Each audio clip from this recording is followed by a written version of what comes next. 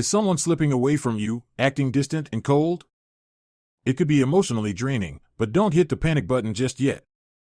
Today, we will look into a harsh reality many shy away from: what to do when someone is losing interest in you. This isn't just about coping, it's about transforming this challenge into a stepping stone for personal growth and strength.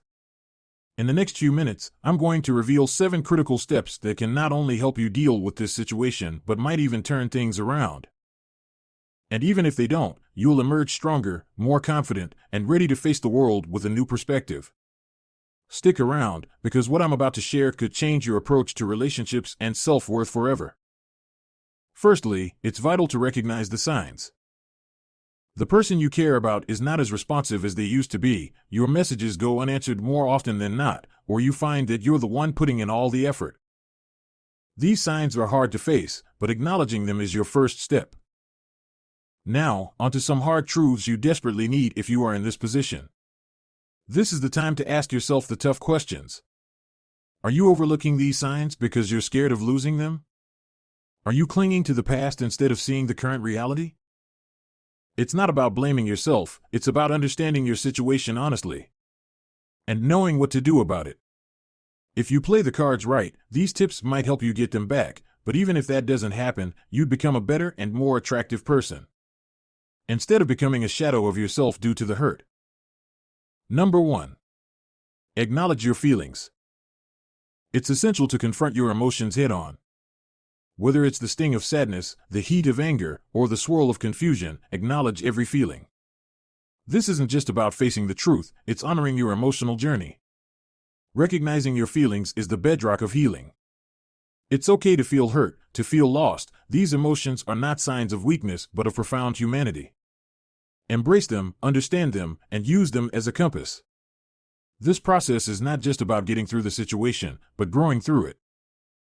Start by journaling your feelings daily or expressing them through creative outlets like art or music. This practice isn't just about venting, it's about understanding and processing your emotions. Consider meditating or practicing mindfulness to help you observe your feelings without judgment. Remember, acknowledging your emotions is the first step towards healing. It allows you to understand your needs and boundaries better, preparing you for healthier emotional engagements in the future. Number 2.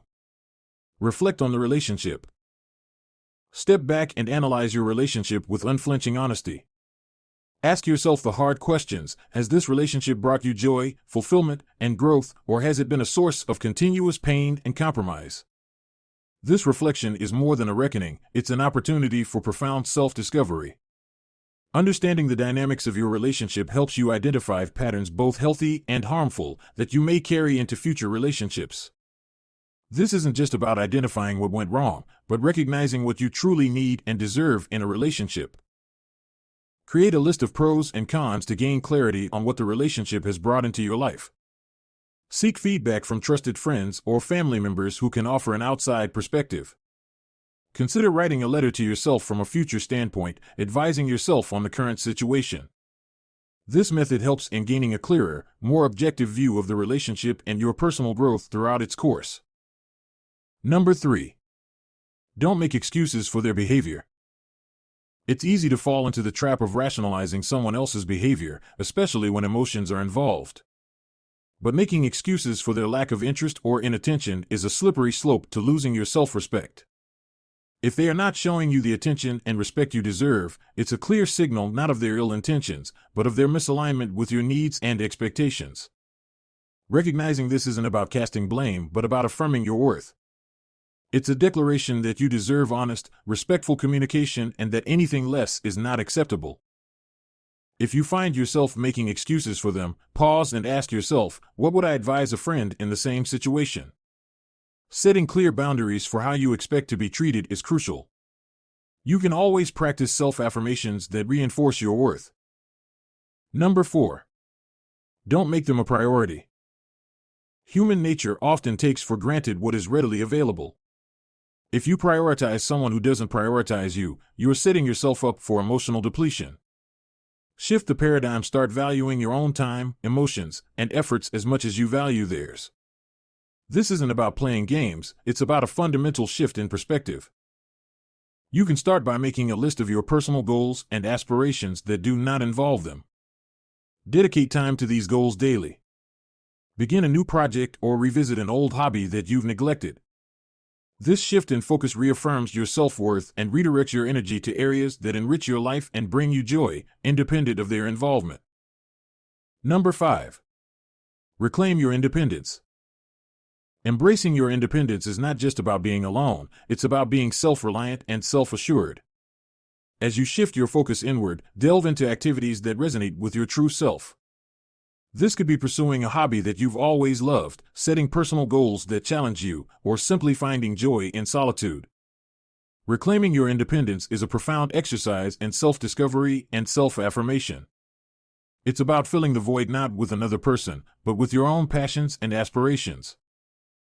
This could mean taking up new classes, traveling solo, or simply spending some time alone to introspect. Create a me day once a week where you focus solely on your interests and hobbies. It will help in reinforcing your sense of self and remind you that your happiness and fulfillment are self-derived. Number 6. Focus on self-care. Self-care is the art of nurturing yourself, not just with temporary pleasures, but with activities that enrich and fulfill you on a deeper level. It's about making choices that contribute to your long-term well-being and happiness. Engage in activities that stimulate mental growth, whether it's picking up a new skill, dedicating time to a hobby, or just spending quality time with loved ones. Avoid the pitfalls of short-term escapes like excessive binge watching or mindless scrolling on social media, as these can leave you feeling emptier in the long run. True self-care is about making choices that uplift you, build resilience, and reinforce your sense of self. It's a daily practice of showing up for yourself and investing in your holistic well-being.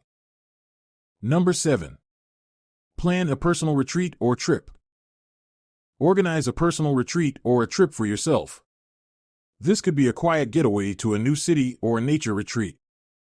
The goal is to change your environment and give yourself a new setting in which to reflect, relax, and recharge. Traveling alone can also be an empowering experience that boosts your independence and confidence. However, be open to meeting new people and having new experiences, as you can easily start gatekeeping your space so as to avoid neglect from others again, but you can't do life alone. And who knows, maybe there is someone new you are supposed to meet, but too engrossed with the current relationship and the universe is separating so you can meet this person. Number 8. Reject trauma. One of the emotional holes you can slip into because of this is now seeking acceptance or validation from other people or things in your life. So, you must guard against it intentionally. On the other hand, there is also an extreme where you shut everybody out and try to do life all by yourself because you are scared of rejection or negligence in the future. That is also not good enough, so you must watch out for signs in your life that show you are tilting towards either side of the extreme. For example, you no longer enjoy hanging out with the people you used to hang out with.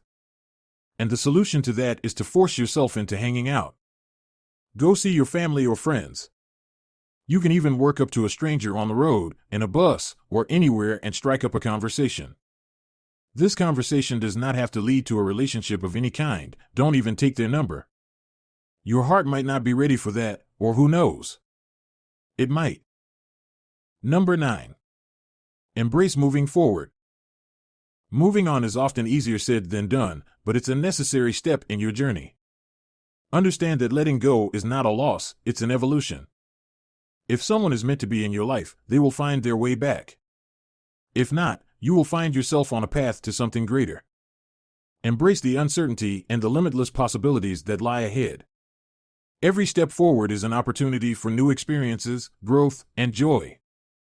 Believe in the universe's plan for you, which sometimes requires closing one door so another can open. Moving forward is about trusting the journey, even when you can't see the destination.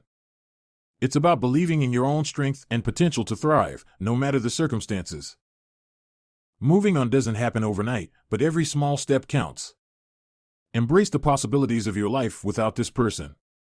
Remember, you are whole on your own, and your happiness is not dependent on anyone else. And the world is a better place because you are in it. If you have learned something from this message, hit the like button, and don't forget to subscribe for more heartfelt and honest discussions. You're not alone, and we can always find hope together. Stay strong, and I'll see you in the next video.